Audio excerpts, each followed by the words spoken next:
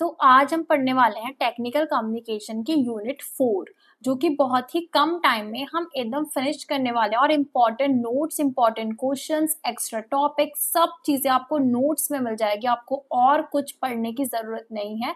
Notes में आपको syllabus के अकॉर्डिंगली, पीवाईक्यू पेपर्स के अकॉर्डिंग और अपडेटेड सिलेबस के अकॉर्डिंग सब चीजें मिल जाएगी। Long question, short question, very short question, सब नोट्स में कवर करा दिए गए हैं। बस नोट्स आप ध्यान से पढ़िए, वीडियो देखिए और आपको और कुछ पढ़ने की कोई जरूरत नहीं है।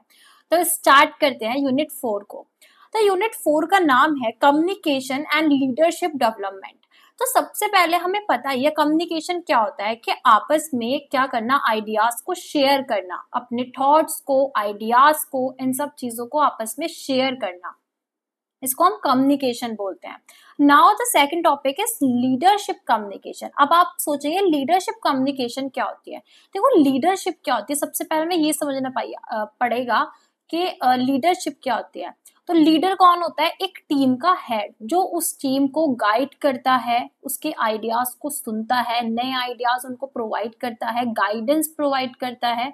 तो ये जो होता है ये लीडर की क्वालिटीज होती है कुछ, ठीक है। Time management, problem solving, guidance, clear vision, ये कुछ ना एक लीडर्स की क्या होती है, क्वालिटीज होती हैं। तो उसको हम लीडर बोलते हैं। अब उस लीडर की कम्युनिकेशन, उसके बात करने का तरीका, उसके दूसरों को समझाने का तरीका, सुनने का तरीका, दूसरों की बात, एक टीम को मैनेज करने का तरीका, बातचीत करके, उसको बोलते हैं हम लीडरशिप कम्युनिकेशन, ठीक है। ये इसलिए यूज की जाती है लीडरशिप कम्युनिकेशन के एक लीडर क्या कर सके, अपने विजन को शेयर कर सके, गाइडेंस प्रोवाइड कर सके और बिल्ड कर सके रिलेशनशिप अपनी टीम के बीच में, कि उसकी टीम कॉन्फिडेंट फील करे और हमेशा कैसा फील करे कि उनका लीडर उनकी बात सुनता है और अपने पॉइंट्स वो खुल के रख सके। अब इसके ऑब्जेक्टिव्स क्या होते हैं लीडरशिप कम्युनिकेशन के। देखो सबसे पहली चीज क्या है कि to create a clear vision, कि ये एक क्लियर पिक्चर प्रिंट करता है कि जो हमारी टीम है फ्यूचर में, हमारी टीम कहाँ पर मतलब क्या हमारा गोल है टीम का, ठीक है, क्या विजन है जो हमने ये टीम बनाई है, जो हमारी टीम काम कर रही है आपस में, ये क्या विजन है, क्या गोल है इसका, ठीक है। Second point, to build trust and credibility. अब ट्रस्ट बिल्ड करना मतलब कि जो टीम मेंबर्स हैं वो आपस में एक दूसरे के ऊपर ट्रस्ट करें, एक दूसरे की बातों को सुने। तो टीम मेंबर्स के बीच में क्या होना चाहिए, ट्रस्ट होना चाहिए, कॉन्फिडेंट फील करें वो अपने आइडियाज को शेयर करते वक्त। The third is to motivate and inspire action. तीसरा ये है कि वो क्या करे, कोई भी प्रेशर में काम ना करे, उनके पास इतना वर्कलोड ना हो कि वो बहुत ज्यादा परेशान हो जाए या प्रेशर में आ जाए। उनके पास क्या हो, वो हमेशा मोटिवेटेड फील करें कि हमें अपने गोल को अचीव करना है, और उस गोल को अचीव करने के लिए जो एक्शन उनको परफॉर्म करना है, जो काम उनको करना है, जो हार्ड वर्क की जरूरत है, वो हार्ड वर्क वो करते रहें। The fourth one is to provide clarity on rules. Clarity on rules मतलब कि आपको पता है एक टीम होती है, अब एक टीम में क्या होता है, बहुत सारे मेंबर्स होते हैं, हर मेंबर का एक स्पेसिफिक रोल होता है। तो उनके बीच में क्लियरिटी हो उनके रोल्स को लेकर, कि उनका क्या रिस्पॉन्सिबिलिटी है, पर्टिकुलर कौन सा टास्क उन्हें करना है, ठीक है, तो वो अपने काम को अपने तरीके से अच्छे से कर पाए। Fifth is to manage and change effectively. इसमें क्या होता है कि हम गाइड करते हैं अपने टीम को बहुत स्मूथली, कि जो भी चैलेंजेस वो फेस करेंगी या जो भी नई पॉलिसीज हैं जो प्रोजेक्ट में इंक्लूड हुई हैं, उनको वो इजीली समझ के हैंडल कर सके। टू फैसिलिटेट ओपन डायलॉग, इसका मतलब एक ऐसा इन्वायरमेंट हम क्रिएट करें कि जहाँ पे टीम मेंबर्स अपने आइडियाज को, अपने थॉट्स को इजीली क्या कर सके, आपस में शेयर कर सके। Seventh is to resolve conflict. To resolve conflict मतलब कि एक एक जो लीडर होता है ना, वो क्या करता है, वो एक तरीके से एक मीडिएटर होता है, ठीक है, कि जो भी इश्यूज आ रहे हैं, जो भी प्रॉब्लम्स आ रही है, उनको सॉल्व करना है। तो अगर कोई भी इश्यू हो रहे हैं किसी भी टीम मेंबर के बीच में, तो वो भी कौन सॉल्व करता है, वो भी एक लीडर सॉल्व करता है। किसके थ्रू, अपने लीडरशिप कम्युनिकेशन के through. Now eight is to empower employees. सबसे पहला क्या करना, अपने टीम मेंबर्स को एक कॉन्फिडेंस प्रोवाइड करना, कि वो इजीली खड़े हो सके और अपने लिए स्टैंड ले सके और डिसीजंस ले सके। Ninth is to build a strong team culture, कि एक पॉजिटिव नेचर हो, कोलैब कर सके आपस में, साथ में जो वर्क इन्वायरमेंट है उसमें सब मिलके काम कर सके, एक साथ एक यूनिटी हो। Tenth is to give recognition, इसका मतलब है कि क्या कर सके, जो उनका हार्डवर्क है, जो टीम ने साथ में परफॉर्म किया है, तो उस चीज का उनको क्या मिले, उनकी अचीवमेंट जो है उसको उसको मतलब अप्रिशिएट किया जाए, उन लोगों को अप्रिशिएट किया जाए, उनको पहचान मिले उनके काम की। Now the qualities of a effective leader, अब एक लीडर की क्वालिटीज क्या क्या होती हैं। एक है क्लियरिटी, कि वो क्या करता है, वो अपने थॉट्स को लेकर, अपने गोल को लेकर बहुत क्लियर होता है, ठीक है, क्लियर इमेज होती है उसकी, उसको पता होता है उसको क्या करना है, बहुत सिंपल तरीका यूज करता है, सिंपल लैंग्वेज वो यूज करता है जिससे कि हर कोई समझ सके उसके बोलने को, उसके क्या थॉट्स हैं जो वो बताना चाह रहा है उसको समझ सके।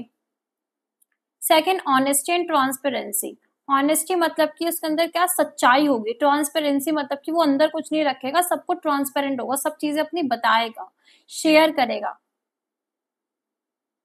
चाहे वो उसकी सक्सेस के बारे में हो चाहे उसके फेलियर के बारे में हो। The third is consistency, consistency मतलब कि जो भी, कंसिस्टेंसी ऐसा होता है कि जो भी लीडर है उसके एक्शन से, ऐसा नहीं आज उसने काम किया कल को उसने काम नहीं करा, नहीं, एक कंसिस्टेंसी होनी चाहिए, डेली काम करना, चीजों को देखना समझना। फोर्थ, एम्पैथी, एम्पैथी का मतलब होता है कि वो सुने समझे किसकी, अपने टीम मेंबर्स के या फिर दूसरे लोगों की फीलिंग्स को भी, उनके थॉट्स को भी, उनके डिसीजंस को भी। इंस्पायरेशनल, इंस्पिरेशनल का मतलब क्या है, वो इंस्पायर करे अपनी टीम मेंबर्स को, कुछ ऐसी एनर्जेटिक स्टोरीज बताए, अपने कुछ एक्सपीरियंस उनके साथ शेयर करे जिससे कि क्या बन सके, वो इंस्पायर कर सके अपने टीम मेंबर्स को।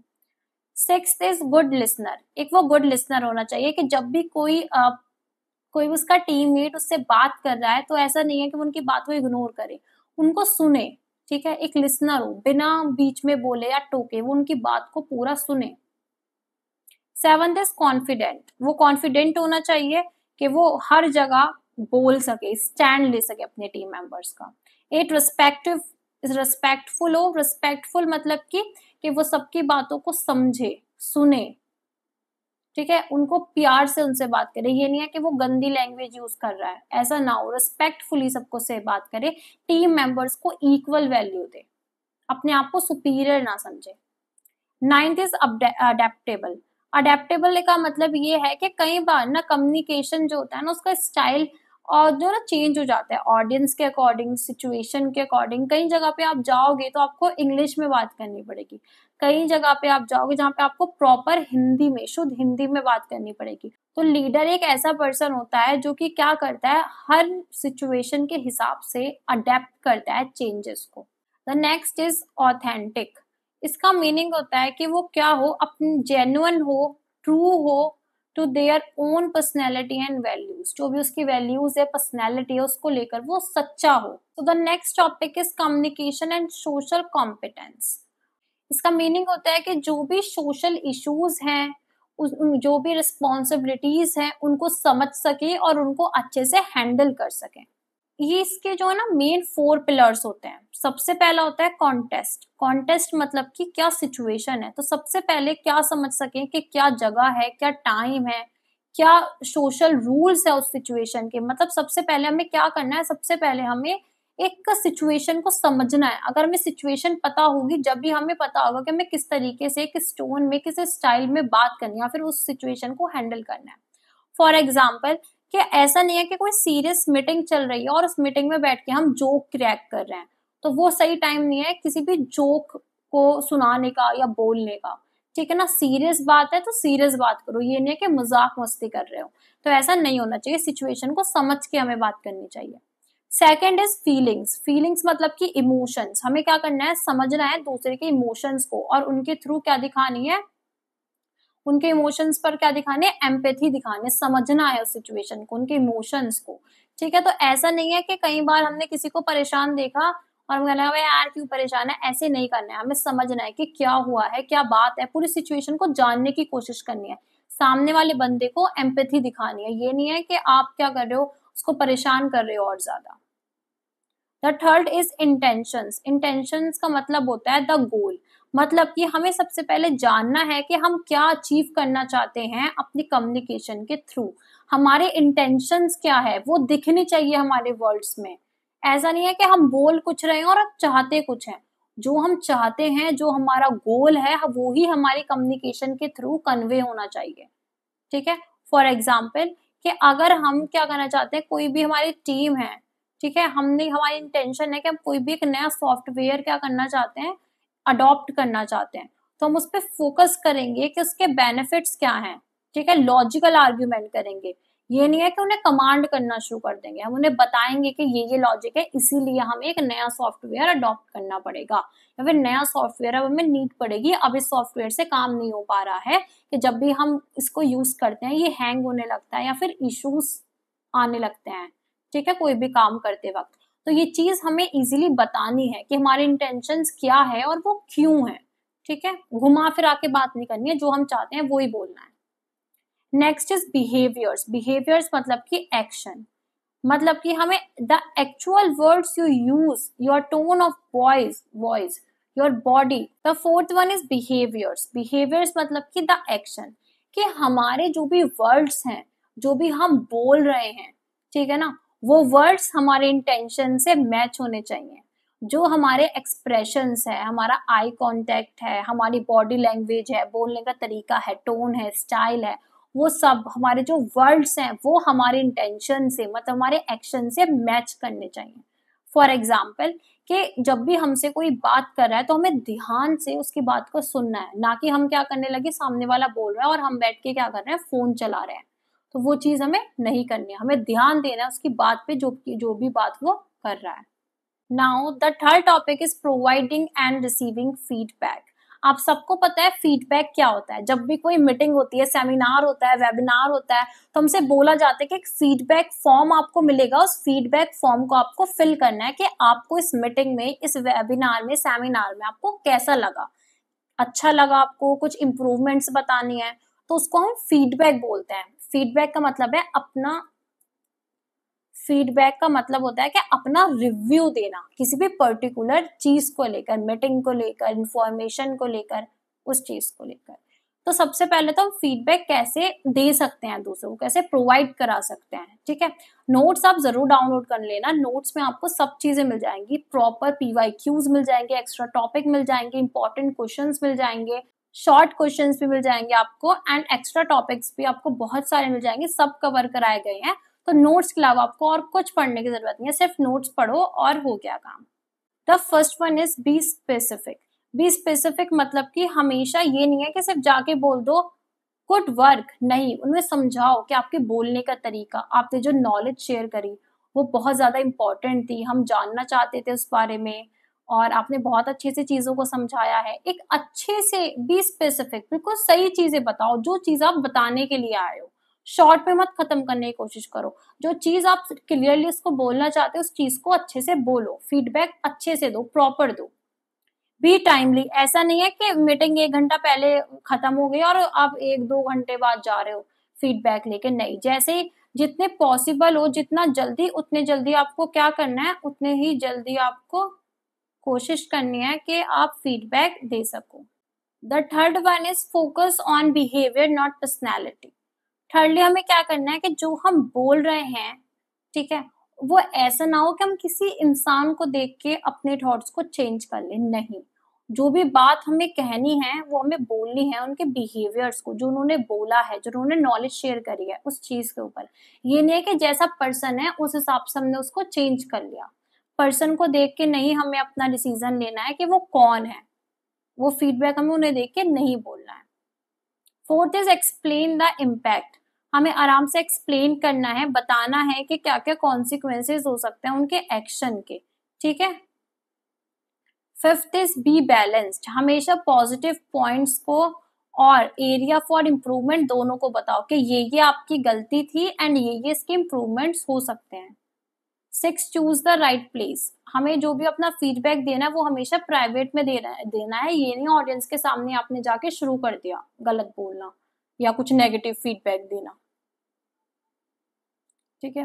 The next point is make it a two way conversation. ये नहीं है कि आप बता रहे हो कि आपको जो जो लगा, नहीं, आप बताओ, सामने वाले से भी सुनो, पूछो, मतलब टू वे होना चाहिए, दोनों पर्सन आपस में बात करें उस चीज को लेकर। 8th is B solution oriented. ऐसा नहीं है कि आपको क्या करना है कि सारी मिस्टेक ही निकालनी है, हमेशा क्या करो, उसकी इंप्रूवमेंट्स भी बताओ, उस प्रॉब्लम के सॉल्यूशंस भी प्रोवाइड करो।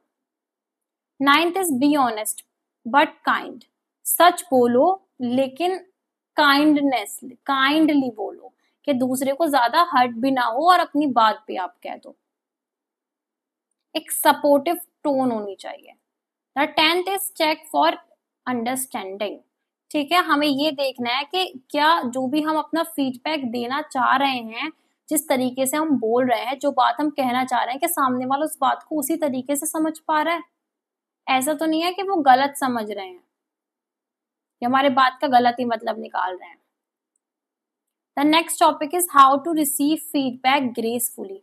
अब कोई हमें फीडबैक, अब हमने तो देने का तरीका देख लिया, अब कोई हमें फीडबैक दे तो वो किस तरीके से हमें रिसीव करना है।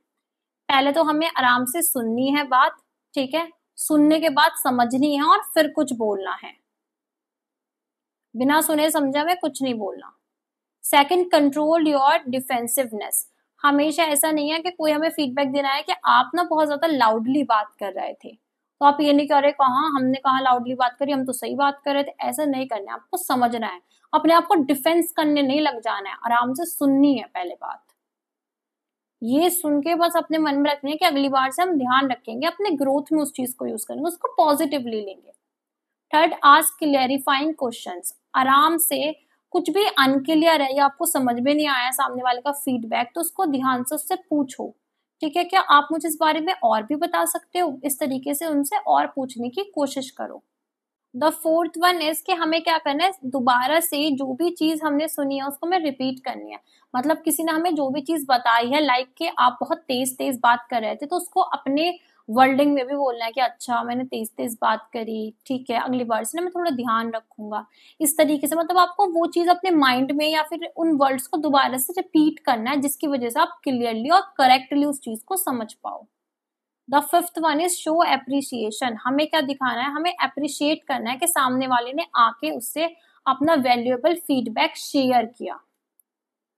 The sixth one is take time to reflect. ठीक है, दूसरी चीज ये है कि कभी भी डिसएग्री या फिर हमें क्या करना है, ये नहीं करना है कि हाँ उस चीज से हम सहमत है या फिर हम सहमत नहीं है, हमें सिर्फ सुनना है, समझना है उस चीज को, मतलब थोड़ा टाइम लेना है, उसके बाद रिप्लाई करना है। Seventh is separate the message from the messenger. हमें क्या करना है, फीडबैक के कंटेंट पे ध्यान देना है, ये नहीं कि वो कौन दे रहा है, पता चला किसी इंसान को पसंद नहीं करते और वो आपको आके फीडबैक दे रहा है, तो ये थोड़ी ना कि उसका फीडबैक भी बेकार हो, क्या पता वो बात सही कह रहा हो। तो इंसान को नहीं देखना, उसके फीडबैक को देखना है कि वो फीडबैक हमें क्या देना चाह रहा है। 8th is create an action plan. जब भी आपको कुछ भी फीडबैक मिलता है तो अपने आप को इम्प्रूव करने के लिए उन स्टेप्स पर ध्यान दो, कि किसी ने हमें जो भी फीडबैक दिया है उसको हम पॉजिटिवली लेंगे और उसके स्टेप्स हम डिजाइन करेंगे, प्लान करेंगे कि उस चीज को हमें किस तरीके से इम्प्रूव करना है। Now the fourth topic is टैट एंड इंटेलिजेंस। ठीक है, इन दोनों के बीच में डिफरेंस क्या होता है, काफी इंपॉर्टेंट क्वेश्चन है, कई बार पूछा जाता है, इसको आप इंपॉर्टेंट मार्क कर लेना और नोट्स को जरूर जरूर डाउनलोड कर लेना। तो इसको हम थोड़ा फास्टली देखेंगे। सबसे पहले तो मीनिंग क्या होता है, इंटेलिजेंस। Intelligence IQ. आईक्यू क्या होता है, हमारी ability to learn, reason, analyse और सॉल्व कॉम्प्लेक्स प्रॉब्लम्स, कि हमारे अंदर कितनी क्षमता है कि हम भारी से भारी चीजों को सॉल्व कर सके, भारी से भारी प्रॉब्लम्स को इजीली सॉल्व कर सके और जल्दी से सीख सके, एनालाइज कर सके, हमारी कैपेबिलिटी है, उसको हम क्या बोलते हैं, आईक्यू बोलते हैं। Now the second is social intelligence. Social intelligence हमारी एक ऐसी स्किल होती है बोलने की या चीजों को करने की, जिससे हम डिफिकल्ट सिचुएशन को भी क्या कर सके, सॉल्व कर सके, मतलब कि सही तरीके से मुश्किल सिचुएशन को क्या कर सके, हम हटा सके। Social intelligence, the social intelligence क्या होती है, एक ऐसी स्किल होती है कि चीजों को सही करना या सही डिसीजंस लेना कि हम क्या कर सके, डिफिकल्ट प्रॉब्लम को भी सॉल्व कर सके बिना किसी दूसरे को हर्ट करे या फिर दूसरे को ऑफेंड करे। ये किस पे फोकस करती है, लॉजिक पे, फैक्ट्स पर, करेक्टनेस पे, क्या ये चीज सही है। आईक्यू का मतलब है क्या ये चीज सही है, और इंटेलिजेंसी का मतलब होता है फीलिंग्स को, रिलेशनशिप को और सोशल हार्मनी को क्या कर सके, समझ सके कि हम दूसरे को किस तरीके से अच्छा फील कराएं या फिर इसको हम और अच्छे तरीके से कैसे कर सकते हैं। इसमें हम ज्यादा लॉजिक नहीं देखते हैं। नेचर, इसमें थिंकिंग एबिलिटी होती है और इसमें emotional and social skill use होती है। इसका गोल होता है कि हम बेस्ट सॉल्यूशन और करेक्ट आंसर प्रोवाइड करा सके। इसका गोल होता है कि हम एक पॉजिटिव रिलेशनशिप और म्यूचुअल रिस्पेक्ट क्रिएट कर सकें। इसको हम कैसे यूज करते हैं, to design a machine, to write a code या फिर कोई बिजनेस प्रॉब्लम को सॉल्व करने के लिए। इसको हम क्यों यूज करते हैं, बिना किसी को डिस्करेज करे, बिना किसी को मना करें या बिना किसी को गलत बोले, उस चीज को समझना और पॉजिटिवली चीजों को हैंडल करना कि बिना किसी दूसरे इंसान को हर्ट करे, उसको समझ के। इसका एग्जाम्पल है कि कोई भी गलती हमें अपने कलीग के वर्क में मिलती है तो हम उसको देखेंगे तो ये क्या होगी, हमारी आईक्यू, कि हमने वो चीज पकड़ ली, हमने वो गलती देख ली।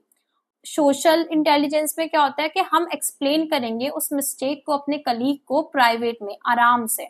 इसका परसेप्शन क्या होता है कि कोई पर्सन कितना इंटेलिजेंट है, ठीक है, कितना स्मार्ट है, कितना नॉलेजेबल है, और इससे पता चलता है कितना पर्सन कितना डिप्लोमेटिक है या फिर पोलाइट है। लर्निंग, ये एजुकेशन या फिर प्रैक्टिस करके बहुत सारे प्रॉब्लम्स को सॉल्व करके क्या होती है, डेवलप हो जाती है, और ये हम अपने सोशल एक्सपीरियंस से या फिर एम्पैथी जब वहां अंदर डेवलप होती है या फिर हम कुछ अच्छा करना चाहते हैं जब सीखते हैं। The next topic is emotional intelligence and trust. तो इमोशनल इंटेलिजेंसी, ये भी काफी एक इम्पोर्टेंट क्वेश्चन है, कई बार पूछा जाता है। इमोशनल इंटेलिजेंसी का मीनिंग क्या होता है, इमोशनली एक्टिव होना, अपने इमोशंस को इस तरीके से मैनेज करना, एनालाइज करना, रिकॉग्नाइज करना कि हम उसको मैनेज कर सके, संभाल सके सिचुएशन के हिसाब से, या फिर दूसरे के इमोशंस को भी समझना, अंडरस्टैंड करना और उनके इमोशंस को भी समझना, ठीक है, उसको हम क्या बोलते हैं, इमोशनल इंटेलिजेंसी बोलते हैं।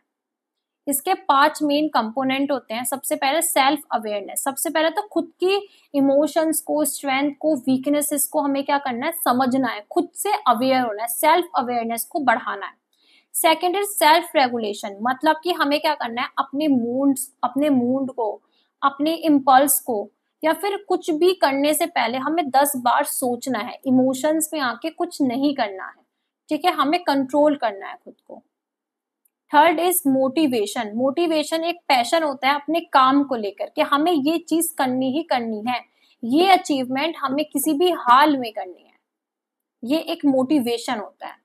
एम्पैथी होता है कि दूसरे के इमोशन को, दूसरे पर्सन के इमोशन को समझना, उसके सिचुएशन को समझना और उसी तरीके से समझ के उसकी मदद करना, एम्पैथी दिखाना।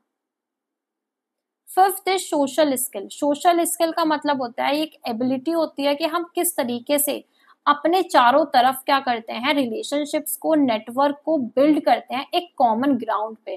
तू मुझसे बड़ा नहीं, मैं तुझसे बड़ा नहीं, सब साथ में मिलते हैं, साथ में काम करते हैं, एकता के साथ रहते हैं। How EI build trust through communication. अब जो EI है वो किस तरीके से बिल्ड करती है, क्या, ट्रस्ट, ठीक है, कम्युनिकेशन के थ्रू, बातचीत से किस तरीके से हम ट्रस्ट क्या कर सकते हैं, मेंटेन कर सकते हैं। First is self regulation build reliability. Self regulation, अगर हम अपने अपने इमोशंस को कंट्रोल करेंगे, क्या पता हम किसी पर्सन को पसंद ना करते हो, लेकिन हम क्या करेंगे, हम ऐसा नहीं दिखाएंगे, हम अच्छे से बात करेंगे, उसकी बात को सुनेंगे, मतलब हमें दिखाना नहीं है, हमें कंट्रोल करना है अपने इमोशंस को। ये नहीं है कि किसी को देख के गुस्सा और फट गए। Second is empathy build connection.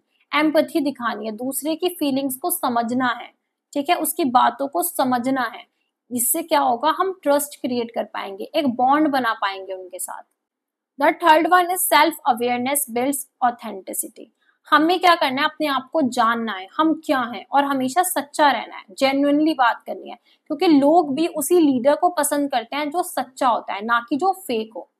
The fourth one is social skill build positive relationship. जो भी गुड कम्युनिकेशन होती है, कॉन्फ्लिक्ट मैनेजमेंट होता है, जो मतलब हम इजीली क्या कर सके, सोशल स्किल को यूज कर सके एक पॉजिटिव रिलेशनशिप बनाने में लोगों के साथ, उनको समझ सके, उनको हेल्प कर सके सोशल लेवल पर। Fifth one is honesty and vulnerability. हमें क्या करना है, अपनी गलतियों को बताना है, उनको सुधारना है, ठीक है। ट्रस्ट बिल्ड करना है लोगों के बीच, सच्चा रहना है, जितने सच्चे रहेंगे उतना ट्रस्ट लोग हम पे करेंगे। Sixth is active listening. Active listening हमें क्या करना है, लोगों को बिना जज करे उनकी बातों को समझना है, ठीक है। हमें उन्हें जज नहीं करना है, उनकी फीलिंग को सुनना है, समझना है, उनकी बातें सुननी है, समझनी है। The sixth point and the most important point is thinking skills, meaning and types. कि थिंकिंग स्किल क्या होती है, उसके कितने टाइप्स होते हैं। थिंकिंग स्किल क्या होती है, एक मेंटल प्रोसेस होती है जिसको हम यूज करते हैं कि किस चीज का क्या मतलब है, जो इस पूरे वर्ल्ड में क्या बनाता है, सेंस बनाता है किसी भी बात का, उसको हम क्या बोलते हैं, थिंकिंग स्किल बनाते हैं।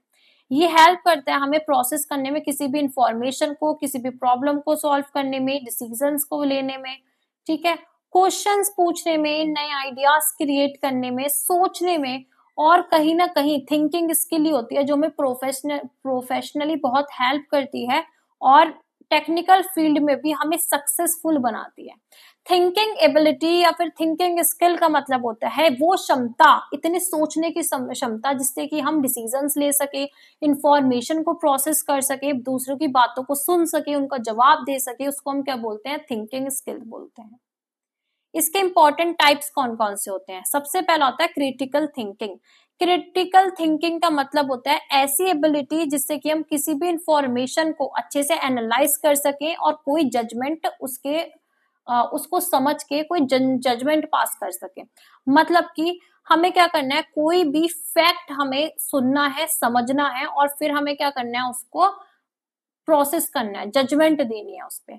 इसका एग्जाम्पल बहुत आसान है कि हम सोच सकते हैं हमें कोई भी एक मशीन खरीदनी है, तो मशीन खरीदनी है तो हम सबसे पहले क्या करेंगे, क्रिटिकल थिंकिंग में पता है क्या आएगा, पहले हम नई टेक्नोलॉजी पे सर्च करेंगे कि अच्छा हमें ये इशू है कि मुझे कपड़े धोने में बहुत ज्यादा दिक्कत आ रही है, मैं देखूंगी नई टेक्नोलॉजी क्या चल रही है, ठीक है। नई टेक्नोलॉजी क्या, आप तो ऑटोमेटिक मशीन चल रही है जो कि प्रॉपर आपको सारे कपड़े धुलेगी भी, सुखाएगी भी, प्रेस भी करेगी, सब कुछ आपको प्रॉपर करके देगी, ठीक है। ऐसी कोई नई टेक्नोलॉजी आई है। अब मैं सोचूंगी अच्छा ठीक है ये टेक्नोलॉजी आई है ऑटोमेटिक की, अब इसके क्या क्या एडवांटेजेस है, क्या क्या डिसएडवांटेजेस है, उन दोनों को मैं लिखूंगी। उसके बाद फिर मैं मार्केट एनालाइज करूंगी, मार्केट में कहाँ कहाँ मिलेगी, क्या प्राइसिंग है, कहाँ से कहाँ तक बेस्ट मिल सकती है। इन सब चीजों को सोचने के बाद जजमेंट करना, जजमेंट मतलब कि फाइनली उस चीज को खरीदना या फिर अपना कोई भी पॉइंट रखना, लास्ट में जो फाइनल डिसीजन होगा, डिसीजन लेना, उसको हम क्या बोलते हैं, क्रिटिकल थिंकिंग बोलते हैं। Now the second is creative thinking. Creative thinking the ability to look at the problems for a new perspective. Okay, देखो इसका मतलब होता है हमारा, ठीक है, क्रिएटिव थिंकिंग का मतलब होता है कि कुछ ऐसा बना देना जो किसी ने सोचा भी ना हो, ठीक है, बिल्कुल इनोवेटिव बना देना। जिसका एग्जाम्पल हमारा क्या हो सकता है, समझ लो हमने कोई ऐसा यूनिक ऐप बनाई है जो सबकी प्रॉब्लम सॉल्व कर देती है। तो ऐसा हो सकता है बहुत से लोग हैं जो कि कहीं बाहर रहते हैं, उनको खाना नहीं मिलता है प्रॉपरली, तो हम क्या करेंगे, कोई एक ऐसी ऐप बना देंगे जिससे आप बैठे बैठे क्या कर सकते हो, उस ऐप से खाना ऑर्डर कर सकते हो। ये कुछ नया आइडिया नहीं है, बस एक बताया कि कुछ यूनिक कर देना, कुछ क्रिएटिव सोचना। The third one is problem solving.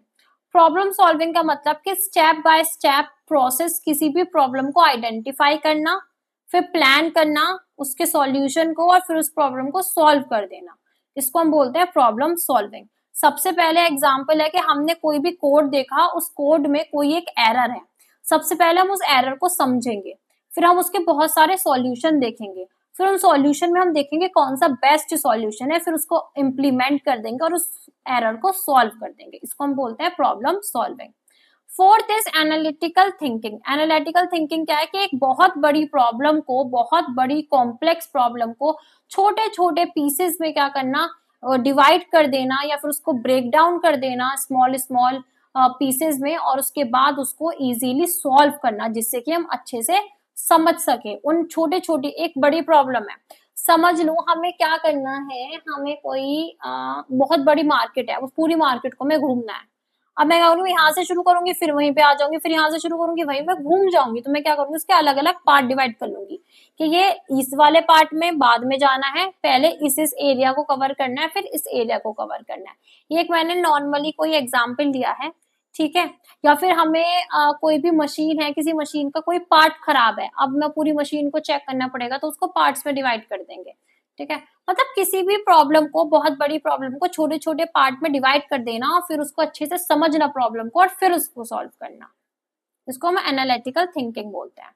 And the last one and the important one is the strategic thinking.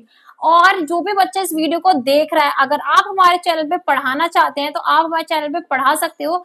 Description में आपको लिंक मिल जाएगी, उस लिंक पे आपको फॉर्म मिल जाएगा और इस फॉर्म को आप फिल कर देना और फिर आप हमारे चैनल पे पढ़ा सकते हो। The next one is strategic thinking. Strategic thinking मतलब कि एक स्ट्रेटेजी बना लेना, मतलब सोच लेना लॉन्ग टर्म, इसको हम बोलते हैं लॉन्ग टर्म थिंकिंग प्रोसेस को। हम सबसे पहले सोचेंगे कि हम क्या सोच रहे हैं, लाइक मुझे ना बीटेक करना है, ठीक है। अब मैं क्या सोचूंगी, सबसे ज्यादा डिमांड में, जो फ्यूचर में सबसे ज्यादा यूज होने वाला है, वो कौन सी टेक्नोलॉजी यूज होने वाली है, एआई और मशीन लर्निंग। तो मैं कौन सी ब्रांच से बीटेक करना पसंद करूंगी, एआई से और एमएल से। क्यों? क्योंकि वो फ्यूचर में ज्यादा डिमांड है मार्केट में उसकी, तो मैं उसको चूज करूंगी। तो स्ट्रेटेजी थिंकिंग का मतलब होता है एक लॉन्ग टर्म थिंकिंग प्रोसेस होता है, जो फोकस करता है कि फ्यूचर में मुझे क्या अचीव करना है या फिर फ्यूचर में किस चीज की ज्यादा डिमांड होने वाली है, ठीक है। तो ये यूनिट यहाँ पे खत्म होती है बहुत ही कम टाइम में। आप पूरी वीडियो देखना, नोट्स आप डाउनलोड कर लेना, नोट्स में आपको सब कुछ मिल जाएगा, कहीं जाने की जरूरत नहीं है। और फिर मिलते हैं नेक्स्ट वीडियो में, बाय बाय। हमारे kkstore.kkworld.in पर अनबॉक्स और न्यू प्रोडक्ट्स काफी क्रेजी लूट प्राइस पर मिल रहा है, लिंक डिस्क्रिप्शन में मिल जाएगी। और 10th यार, ये मक्खी क्यों आ रही।